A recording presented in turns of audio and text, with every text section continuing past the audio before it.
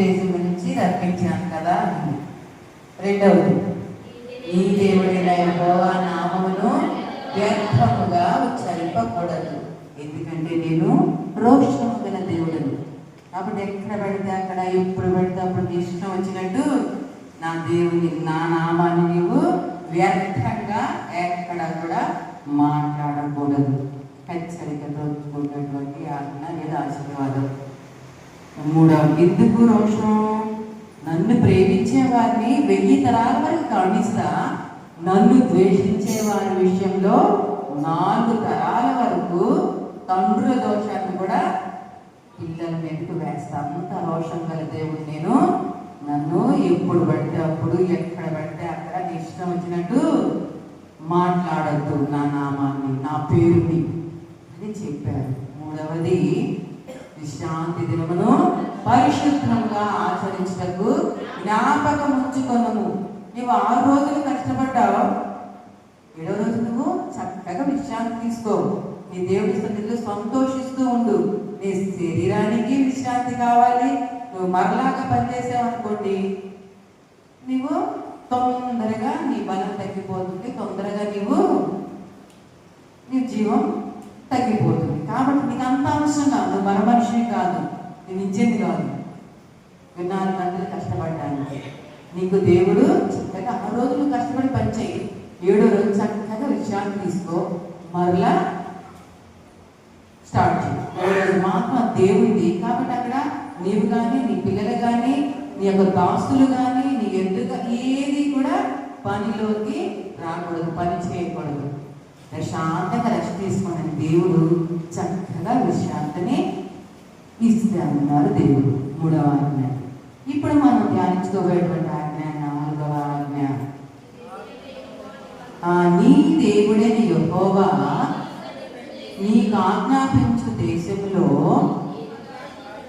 నీకు అనుగ్రహించు దేశంలో నీవు దీర్ఘాయుష్మంతుడవగునట్లు నీ తండ్రిని, నీ తల్లిని సన్మానించుము. నీ దేవుడైన యెహోవా నీవు అనుగ్రహించు దేశంలో నీవు దీర్ఘాయుష్మంతుడవగునట్లు నీ తండ్రిని, నీ తల్లిని సన్మానించుము. ఇది దేవుడిచ్చేటువంటి 4వ ఆజ్ఞ. మంచి ఆశీర్వాదంతో కూడినటువంటి ఆజ్ఞ. ఆశీర్వాదంతో కూడినటువంటి మొదటి ఆజ్ఞ ఒక కండిషన్తో కూడినటువంటి ఒక గొప్ప ఆజ్ఞ. ఒక కండిషన్ ఏంటి? నీవు దీర్ఘాయుష్మంతుడుగా అవ్వాలి అంటే నీవు తప్పనిసరిగా నీ తండ్రిని, నీ తల్లిని సన్మానించవలసిందే. దీర్ఘాయుష్మంతుడవగునట్లు అంటే నువ్వు చక్కగా దీర్ఘాయువు నీకు కావాలి అంటే, నువ్వు ఎక్కువ సంవత్సరాలు జీవించాలి అంటే ఏం చేయాలి? తప్పనిసరిగా నీ తల్లిని, నీ తండ్రిని నువ్వు సన్మానించాలి. ఇదే మాట నిర్గమాకాండంలో ఇంకోసారి కూడా రాశారు, చూద్దాం.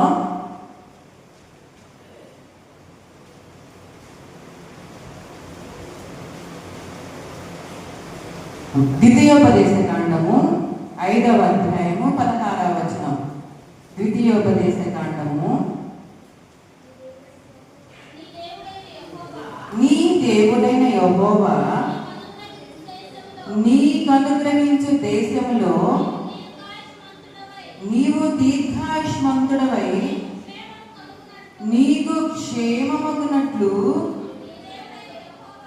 నీ దేవుడైన యెహోవా నీకు ఆజ్ఞాపించిన లాగున నీ తండ్రిని, నీ తల్లిని సన్మానింపుము. ఈ 10 ఆజ్ఞలు దేవుడు ఒక్కసారి కాదు 2 సార్లు రాశారు కదా. ఒకసారి చెప్తే మాట వినలా, అందుకని 2వసారి కూడా చెప్తాం. 2 సార్లు రాయబడింది అంటే అవి ఎంతో ప్రాముఖ్యమైనవి, చాలా ఇంపార్టెంట్, వెరీ వెరీ ఇంపార్టెంట్. కాబట్టి ఈ 10 ఆజ్ఞలు చాలా ఇంపార్టెంట్ అన్నమాట. 2 సార్లు చెప్తున్నారంటే ఎంతో ప్రాముఖ్యమైనవి. అందుకే 2వసారి కూడా దేవుడు చెప్తూ ఉన్నారు. మొదటిసారి చెప్పారు ఏమనంటే, నీ దేవుడైన యెహోవా, నిర్గమాకాండం 3వ అధ్యాయం 20వ అధ్యాయము 12వ వచనంలో, నీ దేవుడైన యెహోవా నీకు అనుగ్రహించే దేశంలో నీవు దీర్ఘాయుష్మంతుడవగునట్లు నీవు దీర్ఘాయుష్మంతుడు అయ్యేటట్లుగా నీ తల్లి తండ్రి సన్మానించుము అని వ్రాయబడి ఉంది ఇక్కడ. ఇదే రెండోసారి ఇంకా క్లియర్ గా ఉంది. ఒకసారి చెప్తే అర్థం కాల, అందుకని రెండోసారి కూడా చెప్పారు. ఏమని? ఇదే ద్వితీయోపదేశ కాండము 5వ అధ్యాయము 16వ వచనంలో జాగ్రత్తగా చదువుదాం. నీ దేవుడైన యెహోవా నీకు అనుగ్రహించే దేశంలో నీవు దీర్ఘాయుష్మంతుడవై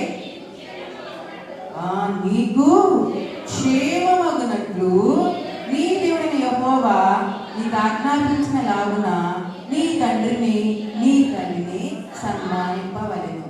మొదటిగా మామూలుగా చెప్పారు, నీ తల్లిని నీ అమ్మ నాన్నని నీవు గౌరవించు, సన్మానించు. సన్మానించడం అంటే గౌరవించడం. గౌరవించడం అంటే దండేసి దండం పెట్టడం అలా కాదు, కానీ మాట వినడం. వారు ఏం చెప్తే ఆ మాట వినాలి. వినమని చెప్పారు, మామూలుగా చెప్పారు నిర్గమాకాండంలో దేవుడు. కానీ అర్థం కాల, మామూలుగా చెప్తే అర్థం కాల. ఇంకా క్లియర్ గా చెప్పారు, ఇంకా అర్థమయ్యేటట్లుగా చెప్పారు. ఏమని? నీ దేవుడు నీకు అనుగ్రహించే దేశంలో, అంటే నువ్వు ఉండేటువంటి నీ దేశంలో నీ దీర్ఘాయుష్మంతుడు అగునట్లు ఎలా అవ్వాలి? నీకు క్షేమమగునట్లు. నీవు దీర్ఘాయుష్మంతుడు, నీకు చాలా ఎక్కువ సంవత్సరాలు జీవించాలి. అది కూడా ఎలా జీవించాలి? క్షేమంగా జీవించాలంటే, నీకు క్షేమం కావాలి అంటే నీ దేవుడు నీకు ఆజ్ఞాపించినట్లుగా నీ తల్లిని నీ తండ్రిని సన్మానించుము. అంటే నీ తల్లి నీ తండ్రి మాటలు వినండి.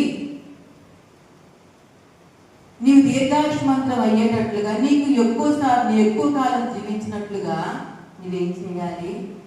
నీవు నీ అమ్మ నాన్న మాట తప్పనిసరిగా వినాలి. వింటే నీకేమవుతుంది? క్షేమము కలుగుతుంది, నీవు క్షేమంగా ఉంటావు. అమ్మా నాన్న మాట విన్న వాళ్ళు ఎవరైనా బాధను అనుభవించారా? క్షేమం లేకుండా భయంగా ఉన్నారు. అమ్మా నాన్న మాట వినకుండా ఉన్న వాళ్ళకి మనసులో భయం ఉంటుంది కదా. ఎంత చేసినా అమ్మా నాన్న మాట వినకుండా ఏదైనా చేస్తే మనకు వాళ్ళు చెప్పిన మాట వినకుండా ఉంటే నువ్వు ఎంత కాదనుకున్నా, ఏం కాదు, నువ్వెంత ప్రోత్సహిస్తున్నా, నీ మనసులోకి ఆలోచనలు ఎన్ని రాకుండా చేసినా నీ మనసు గద్దిస్తానే ఉంటుంది. ఏమని? అయ్యో అమ్మ మాట వినలేదు, మా నాన్న మాట వినలేదు. నువ్వు ఎప్పుడైనా సరే ఎక్కడైనా సరే నేను బాగా చక్కగా ఉన్నాను, క్షేమంగా ఉన్నాను అనుకుంటావేమో, కానీ నువ్వు అమ్మ నాన్న మాట వినకపోతే మాత్రం నీకు ఎక్కడ క్షేమం లేదు. నీ తల్లిదండ్రుల దగ్గర మాత్రమే నీకు క్షేమం ఉంది. నీ తల్లిదండ్రుల మాట వింటేనే నీకు క్షేమం, లేకపోతే నీకు క్షేమం లేదు. నువ్వు భద్రంగా ఉండవు. ఇది ఆజ్ఞ, ఇంకంటే దానికి అటు ఇటు లేదు. ఎందుకంటే నీ తల్లిదండ్రులు నీకు జీవాన్ని ఇచ్చారు, అవునా కదా? నీకు ఇచ్చిన నీ బ్రతుకు ఎవరు ఇచ్చారు? మీ అమ్మ మీ నాన్న లేకపోతే నువ్వు లేవు, అసలు నువ్వు లేవు. నువ్వు జీవించడానికి నీకు అసలు స్థలమే లేదు. చూద్దామా, ఒక తల్లి తన కుమారుని ఎలాగా క్షేమంగా ఉంచాడో చూద్దాం. మొట్టమొదటి మనం నేర్చుకుందాం. ఏంటి? నీ తల్లిదండ్రులు నువ్వు సన్మానిస్తే నీకేమో వస్తుంది? దీర్ఘాయువుతో పాటు. ఎలాంటి దీర్ఘాయువు? క్షేమంతో కూడిన దీర్ఘాయువు, క్షేమం, భద్రత. చూద్దాం.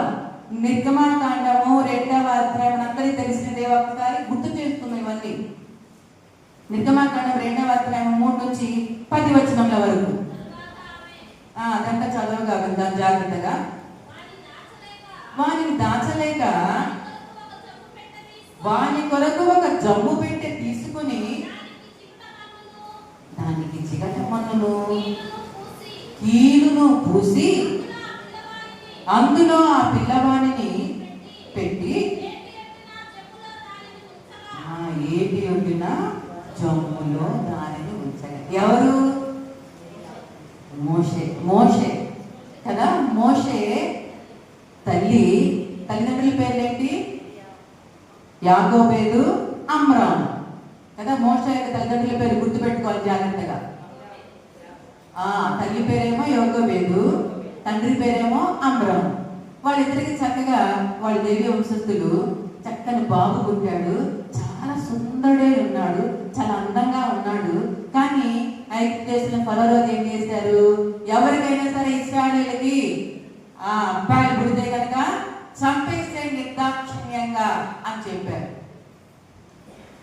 తల్లిదండ్రులు తన ఎదుగా తన బిడ్డలను పోగొట్టుకోవడం ఇష్టపడతారా?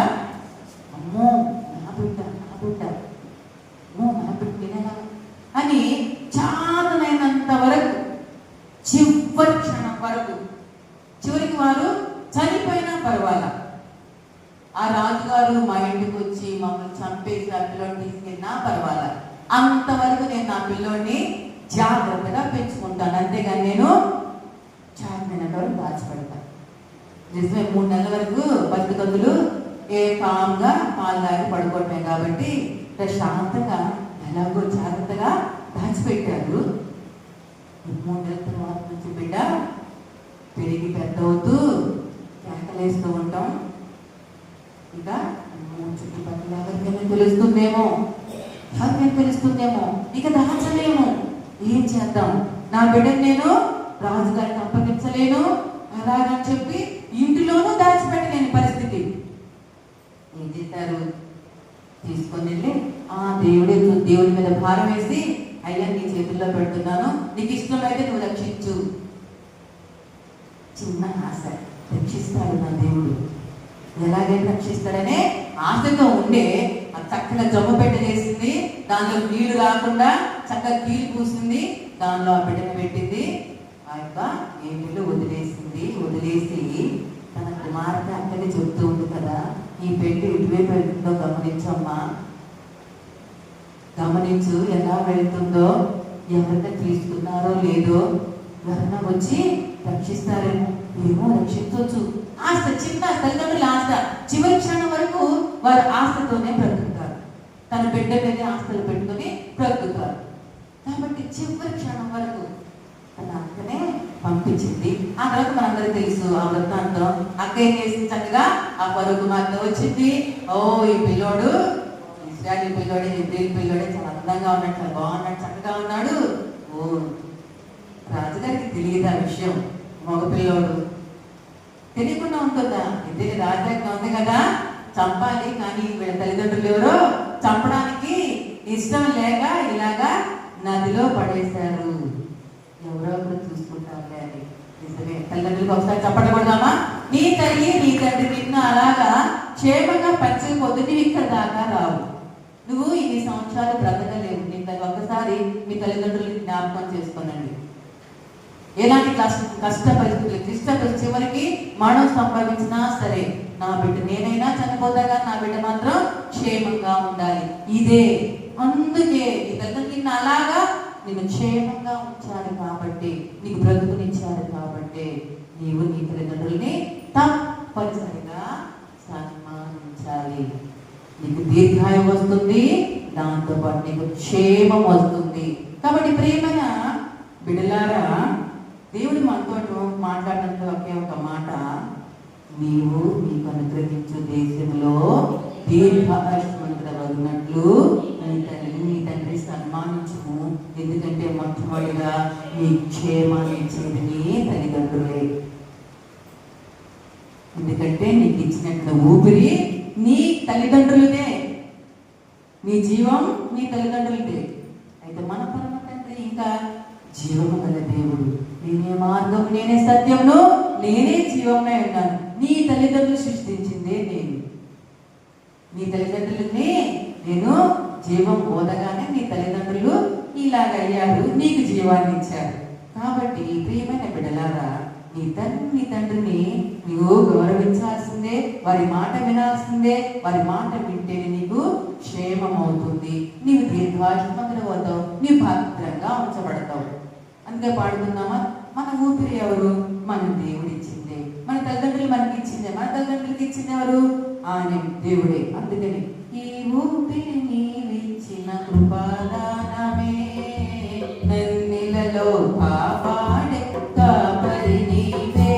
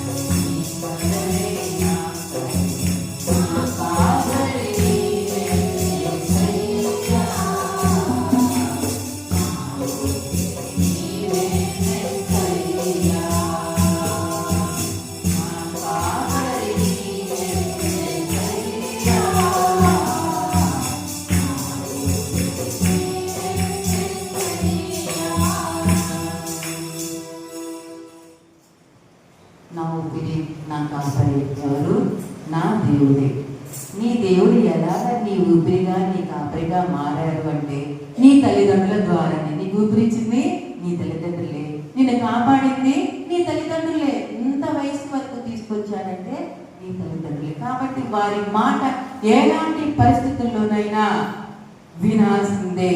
వింటేనే నీకు క్షేమం. వాడుగా ఉన్నప్పుడు తల్లిదండ్రులు ఆ విధంగా బిడ్డలకు క్షేమాన్ని కోరుకుంటారు. ఇంకొక 2 వచనాలు చూసి ముగించుకుందాం. రెండవదిగా యవనస్తుడైన తరువాత తల్లిదండ్రుల మాట వినాలా వద్దా అది కూడా చూద్దాం.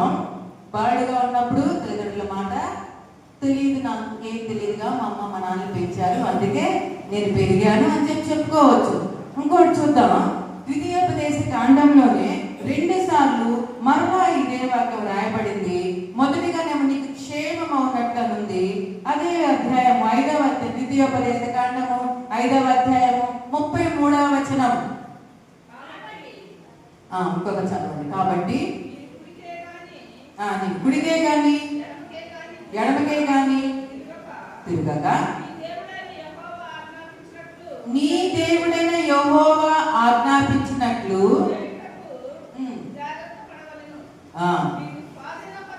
మీరు స్వాధీనపరచుకొని పోవు దేశంలో మీరు జీవించుచు మేలు కలిగి దీర్ఘాయుష్మంతులగునట్లు మీ దేవుడైన యెహోవా మీకు ఆజ్ఞాపించిన మార్గములన్నిటిలో నడుచుకొనవలెను.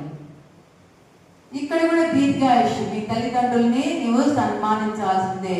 ఎప్పుడు నీకు దీర్ఘాయుష్ ఎప్పుడు వస్తుంది? మొట్టమొదటి నీకు దీర్ఘాయుష్, నీకు క్షేమంగా ఉంటావు. రెండవది, నీ దగ్గర నీవు సన్మానించినప్పుడు నీకు దీర్ఘాయుష్ ఉంటుంది. ఎలా ఉంటున్నది? నీకు మేలు కలిగి, నీకు మేలు, నీకు మేలు. తల్లిదండ్రుల మాట విన్న వాళ్ళకి ఎవరైనా మేలు కాదు కీళ్ళ పడ్డ వాళ్ళు ఎవరైనా ఉన్నారా?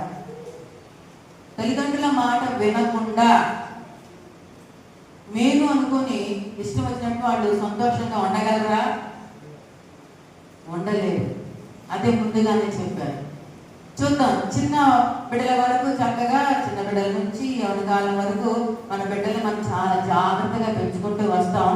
అప్పటి వరకు మా అమ్మ మా నాన్న మాటే అంటాం. ఆ తర్వాత కొంచెం అమ్మోళ్ళు చదివించిన తర్వాత మా అమ్మోళ్ళకి ఏం తెలుసులే, మా నాన్నకి ఏం తెలుసులే, వాళ్ళు పని చేసుకునేవాళ్ళు, వాళ్ళకి ఏం తెలుసు అనుకుంటాం. నాకే అంత తెలుసు అనుకుంటాం. నాకే, వాళ్ళకి ఏం తెలుసు, నాకే అంత తెలుసు, నేను చదువుకున్నాను, మా అమ్మోళ్ళ కంటే నేను ఎక్కువ చదువుకున్నా కాబట్టి నాకే అంతా తెలుసు అనుకుంటాం. నువ్వెంత తెలిసినా, నువ్వెంత మీ అమ్మోడి కంటే ఎంత గొప్పదానివైనా, మీ నాన్నోడి కంటే ఎంత గొప్పవాడివైనా, ఎంత చదువుకున్నా వారి జ్ఞానం ముందు నీవు తక్కువే. ఎంతైనా ఎంతైనా అత్తయ్య గారు పాస్టర్ గారు అబ్బో మా అబ్బాయి బాగా చదువుతున్నారని చెప్పి ఎన్నెన్నో చెప్తా ఉంటారు. ఈ పాస్టర్ గారు బాగా చదువుతుంటారు అత్తయ్య కానీ, అది కాదు మా ఇంటి కాదు మంట చేయట్లేదు అని చదువుతుంటారు. కానీ అత్తయ్య ఒక్క మాటలు చెప్పారు సార్. ఆ తర్వాత ఆలోచించుకుంటే నిజమే, చెప్పిందే కరెక్ట్. చదువు ఉండాల్సిన అవసరం లేదు. నీ తల్లికి నీకు వచ్చిన జ్ఞానం కూడా నీ తల్లి నుంచి వచ్చింది. కడుపులో ఆల్రెడీ ఉంది జ్ఞానం, కాకపోతే బయట చదువుకోవాలంతే. అలాగా మన తల్లిదండ్రులు చెప్పిన మాట తప్పనిసరిగా నీకు మేలే. మాట వినకుండా వెళ్ళావా? ముఖ్యంగా మేలు అనగానే ఏం గుర్తొస్తుంది? మన క్రీస్తు గ్రంథంలో 18వ అధ్యాయం 22వ వచనంలో మేలంటే ఏంటి అసలు? మేలంటే ఏంటి అసలు? భార్య దొరికిన వానికి మేలు దొరికెను, అటివాడు యెహోవా వలన అనుగ్రహం పొందేవాడు. మేలు అన్న అనుగ్రహం అన్న దేంతో పోల్చారు? భార్యతో పోల్చారు. నీ భార్య మొత్తం నువ్వే చూసుకొచ్చుకుంటావా? నీకేం తెలుసో చూసుకొచ్చుకుంటావు? కాసేపు మాట్లాడితే సరిపోయిందా? నువ్వంటే నాకు ఇష్టం, చాలా బాగున్నావు, నువ్వు చాలా అందంగా ఉన్నావు, అది అంటే సరిపోయిందా? మంచి అమ్మాయా లేదా మంచి అబ్బాయా? చూద్దామా? ఆదికాండము.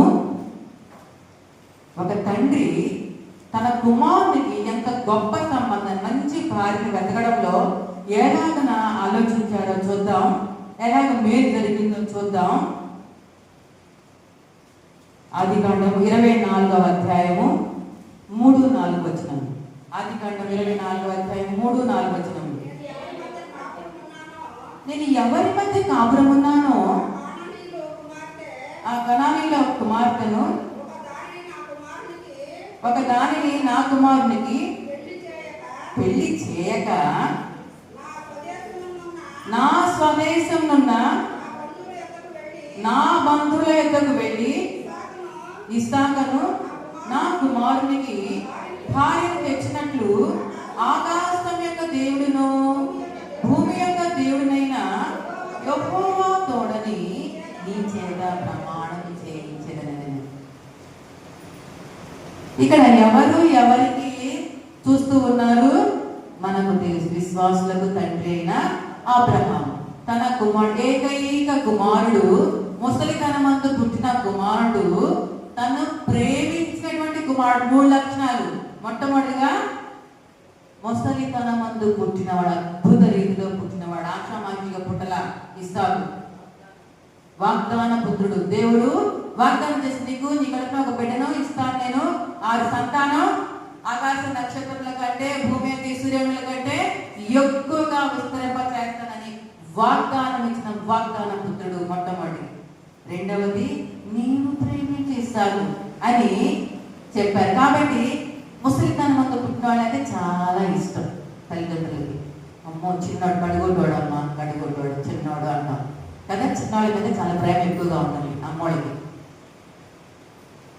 చిన్నవాడు ఏకైక కుమారుడు, మొట్టమొదటి వాగ్దాన పుత్రుడు, రెండవది ఆయన ఏకైక కుమారుడు, మూడవది ప్రేమించేటువంటి కుమారుడు. మరి ఈ కుమారుడికి వీరు ఎక్కడ ఉన్నారు? కనాన్లో ఉన్నారు. కనాన్లో ఉన్న పిల్లలు వద్దంటారు.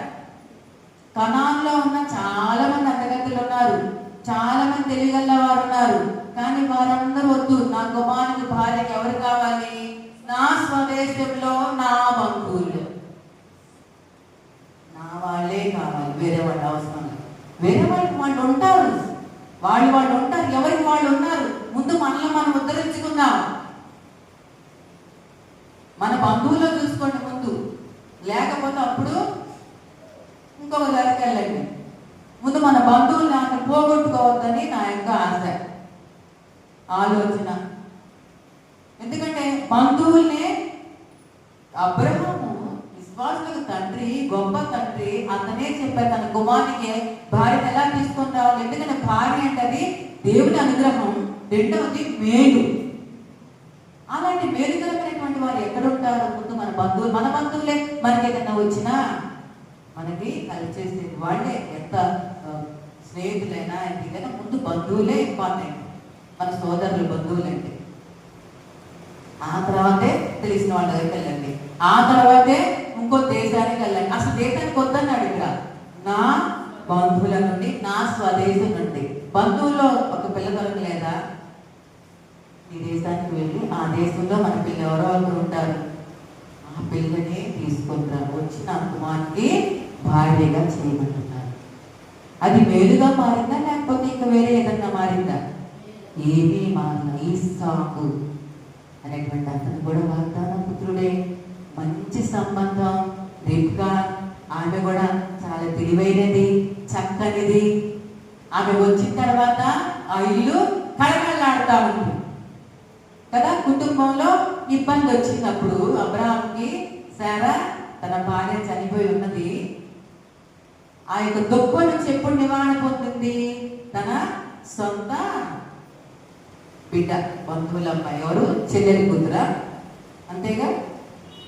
తన సొంత దేశం నుంచి తీసుకొని వచ్చారు రిబ్కాను. కాబట్టి ప్రియమైన దేవుని బిడ్డలారా, భార్య లేదా భర్త నీ సొంత బంధువులకే ఫస్ట్ ప్రయారిటీ. రెండవది నీకు తెలిసిన వాళ్ళకి సెకండ్ ప్రయారిటీ. మూడవ ప్రయారిటీ నీ దేశంలో ఇంకెవరన్నా అట్లా ఏమన్నా ఎంతో కొంత తెలిసిన వాళ్ళు చూడండి. అసలు ఎవ్వరు దొరకపోతే అప్పుడు ఇంకో జాతికి, ఇంకో మతానికి, ఇంకో దేశానికి చెందిన వాళ్ళ దగ్గరికి వెళ్ళండి. దేవుడు అలా చేస్తాడా? మన బంధువుల్లోనే చూపిస్తాడు దాదాపు. ఎలాగూ మనకు తెలిసిన వాళ్ళ ద్వారా చూపిస్తాడు దేవుడు. అలా అయితే నీకు మేలు కలుగుతుంది, లేకపోతే నీకు మేలు ఉండదు.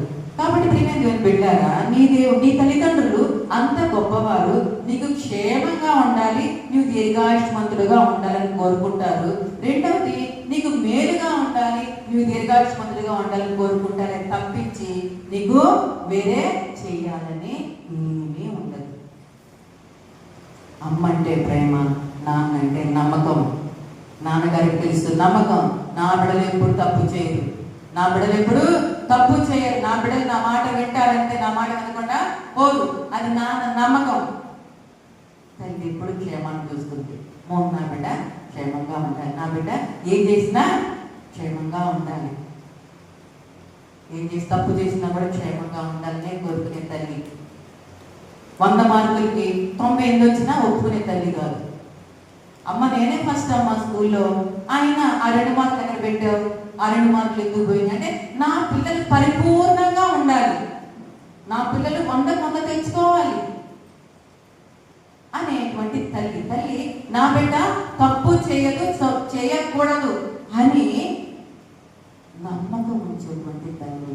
మా నాన్న కూడా ఏ తప్పు చేయరు, నా బిడ్డలు ఒకవేళ తప్పు చేస్తారంటే ఎందుకో చేస్తుంటారు అని సమర్థించుకునే వాళ్ళే కానీ నిన్నేమి దూషించేవారు కాదు.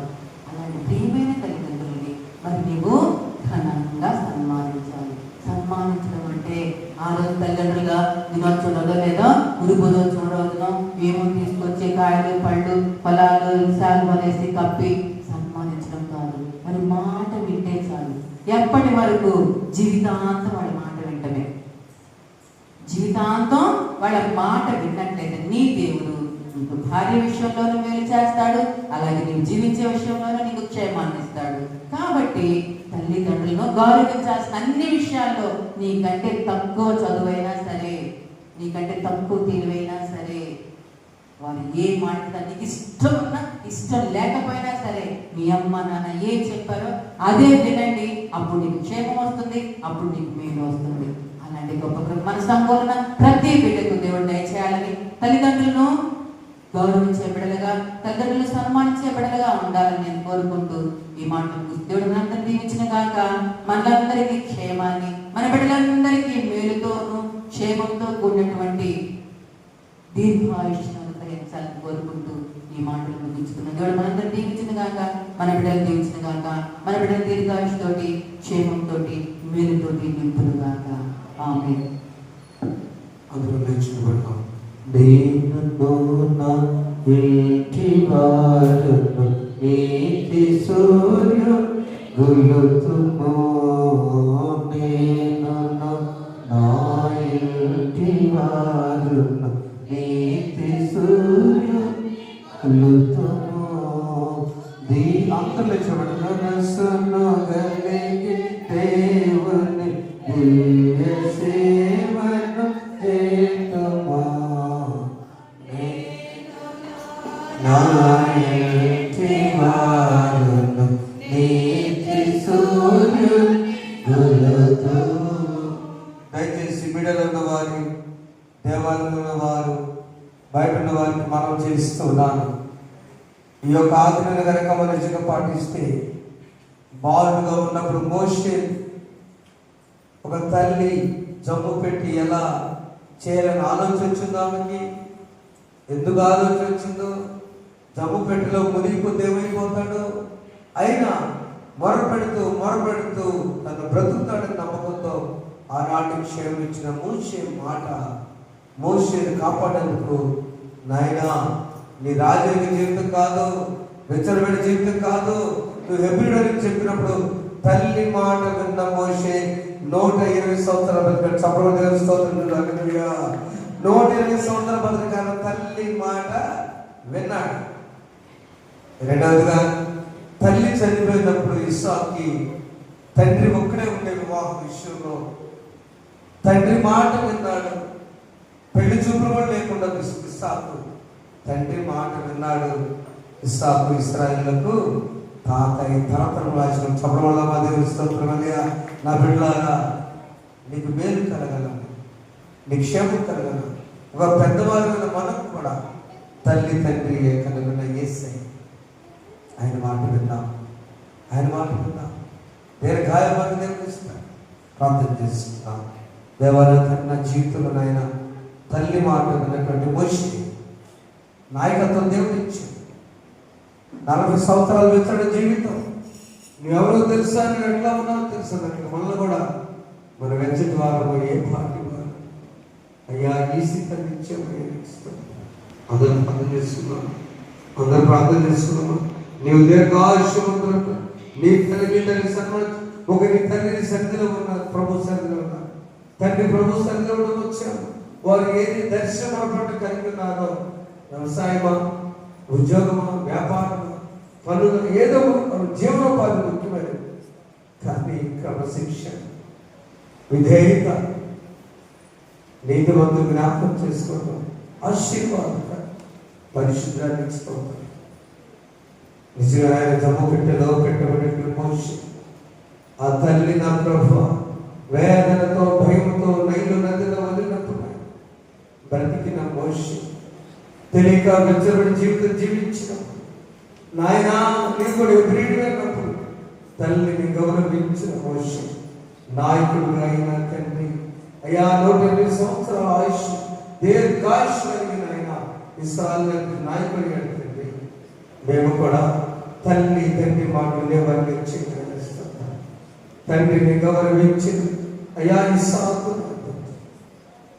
తన భార్య విషయంలో మేలు కలిగిన నిజమే ప్రభా అపవాది అవసరం పట్టుకొని ఎవరు మిగుదునా అని చెప్పి నువ్వు ఒక్కసారి దర్శించావు. భార్య దొరికి మేలు దొరికినట్టు మేలు కూడా నిలిచి నేను కనిపిస్తాను. తల్లిదండ్రులు ఇచ్చారు మా ప్రభు, నీ కృపతో నాయన మా బిడ్డలందరూ దీవించండి. ఈ ఆజ్ఞ పాటించే వారిని ఇచ్చిన ప్రభులంతా ఆశీర్వాదాలు ఇచ్చి తిరిగి మరి మా ప్రభు ఎందరూ ద్వారా ప్రార్థన ఏకీభవించారు వారి కుటుంబంలో మేలుగా మార్చబడును గాక. దేవాలయంలో చేరి ఆస్తి వచ్చిన ప్రతి బిడ్డకు క్షేమమును మేలును కలుగును గాక. తండ్రి నాయన పరమ తండ్రి తల్లిలా లాలించి యేసు, తండ్రిలా ప్రేమించి యేసు మమ్మల్ని నిత్యము కాపాడుతున్న తండ్రి. ఈ లోక తల్లిదండ్రులు విడిచిపెట్టవచ్చేమో కానీ ఆయన ఈ లోక తల్లిదండ్రులు మాతో ఉండకపోవచ్చు. నీ సన్నిధించవచ్చు ప్రభు, నువ్వు ఎప్పుడు మాతో ఉండే తండ్రి, ఎప్పుడు మాతో ఉండే తల్లి. మీ మాట విధేయత చూపేవారిగా చేయమని యేసు నామమున వేడుకొని ప్రార్థిస్తున్నాము తండ్రి. ఆమేన్. పరలోకమందున్న మా తండ్రి, నామము పరిశుద్ధపరచబడును, నీ రాజ్యం వచ్చును, నీ చిత్తము పరలోకములో నెరవేర్చును, భూమి యందు నెరవేరుగా. మా యందు మాకు దయచేయి, మా యొక్క ప్రార్థన చేస్తున్నాం, మేము క్షమించిన ప్రకారం మా ప్రార్థన దుష్టులను తప్పించు. రాజ్యము, శక్తియు, మహిమయు నిరంతరం నీవే తండ్రి. ఆమేన్. మన తండ్రి దేవుని ప్రేమ, ప్రభువైన యేసుక్రీస్తు వారి కృప, పరిశుద్ధాత్మ అనే సహవాసం విడుదల సుధాకాలం మీకు మిగుచున్నారు. మీకు అనే సమస్యలు ఏంటి 4వ వాక్యం ఆశీర్వాదం మీకు దయచేయను కాక. ఆమేన్. జీవితాంతము వరకు నీకే సేవ సైకు నంటిని